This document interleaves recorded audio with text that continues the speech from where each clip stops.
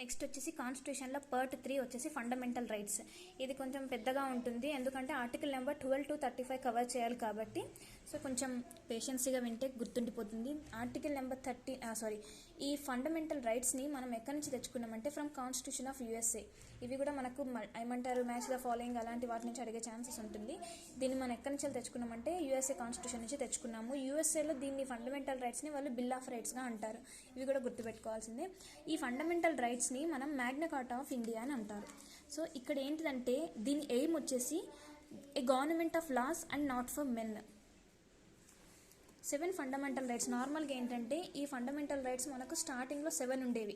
ఏంటి? Right to equality, freedom, exploitation, freedom of religion, cultural and education rights, right to property, right to constitutional remedies, ఇలా 7 ఉండేవి. కానీ తర్వాత ఏంటిదంటే right to ప్రాపర్టీని డిలీట్ చేశారు.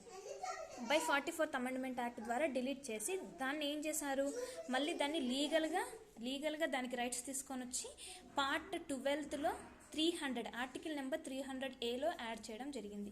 ప్రజెంట్ అయితే దీంట్లో మనకు ఇది తీసేశారు, ఇందులో నుంచి తీసేసి 12th పార్ట్లో యాడ్ చేశారు. అది ఆర్టికల్ నెంబర్ 300A. కాబట్టి మనకు ఇదైతే లేదనమాట, రైట్ టు ప్రాపర్టీ అనేది లేదు. మనకు ఓన్లీ 6 ఉన్నాయి. స్టార్టింగ్లో 7 ఉండేవి, కానీ తర్వాత దీన్ని తీసేసి వేరే దాంట్లో యాడ్ చేసి మనకు మొత్తం 6 ఉన్నాయి అన్నమాట. ఇప్పుడు ఫస్ట్ మన ఆర్టికల్ నెంబర్ 12 నుంచి 35 అనుకున్నాం కాబట్టి ఆర్టికల్ 12 వచ్చేసి స్టేట్, డెఫినేషన్ ఆఫ్ స్టేట్ అని ఒకటి గుర్తుపెట్టుకుంటే సరిపోతుంది. నెక్స్ట్ ఆర్టికల్ నెంబర్ 13 వచ్చేసి లాస్కి సంబంధించింది ఏదైనా ఉంటే అది మనం కళ్ళు మూసుకొని ఆర్టికల్ 13 అని పెట్టేయచ్చు. Last inconsistent with in derogation of the fundamental rights. Next ఇక్కడ మనం ఏమనుకున్నాం, రైట్ టు ఈక్వాలిటీ, మన ఫండమెంటల్ రైట్స్ అవన్నీ రైట్ టు ఈక్వాలిటీ, ఫ్రీడమ్ ఇవన్నీ అనుకున్నాం కదా. సో ఇక్కడ ఈచ్ అండ్ ఎవ్రీ వన్ వచ్చేసి అందులో సబ్ ఉన్నాయన్నమాట. ఏంటి? రైట్ టు ఈక్వాలిటీ వచ్చేసి 14 to 18 ఆర్టికల్స్, ఫ్రీడమ్లో 90 to 22, సో అలా రైట్ టు కాన్స్టిట్యూషనల్ రెమెడీస్లో 32, ఇక్కడ వరకు అలా ప్లేస్ చేయడం జరిగింది. సో ఫస్ట్ వచ్చేసి రైట్ టు ఈక్వాలిటీలో 14 to 18 ఆర్టికల్స్ ఏంటి అనేది చూద్దాం. దీన్ని రైట్ టు ఈక్వాలిటీ అని అంటారు, అంటే సమానత్వపు హక్కు తెలుగులో. సో ఆర్టికల్ నెంబర్ 14 ఏంటంటే equality before law. Article number 15 వచ్చేసి ప్రొహిబిషన్ ఆఫ్ డిస్క్రిమినేషన్.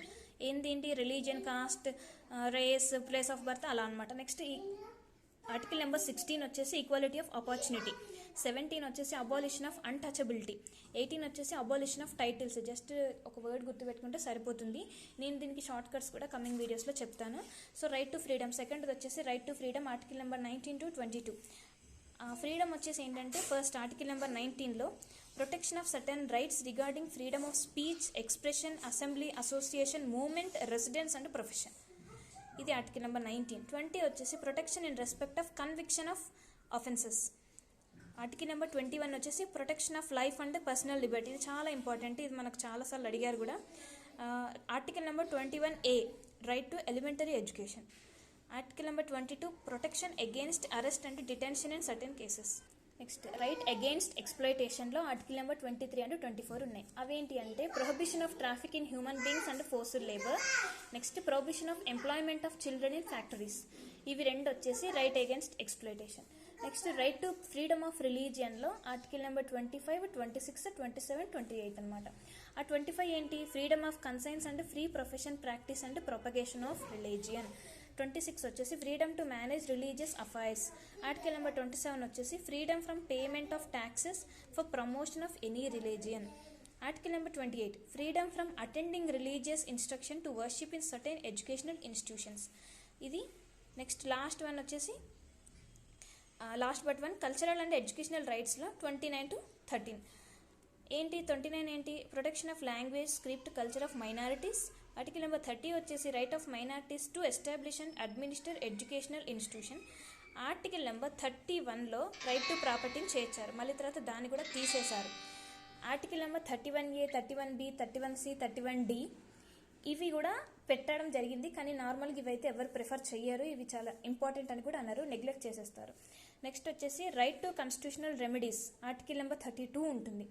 ఇక్కడ ఏంటి? Right to move in supreme court for the enforcement of fundamental rights in including the writs.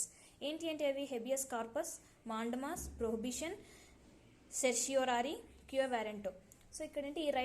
ఈ రిట్స్కి సంబంధించి ఆర్టికల్ నెంబర్ 32. ఇప్పుడు సపోజ్ మాండమాస్, హెబియస్ కార్పస్ ఇవన్నీ ఏ ఆర్టికల్లో పొందుపరచడం జరిగింది అని చెప్పేసి ఒకవేళ క్వశ్చన్ వస్తే article number 32.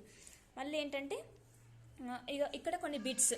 Fundamental rights available to citizens not to foreigners ఏంటి 15, 16, 19, 29, 30.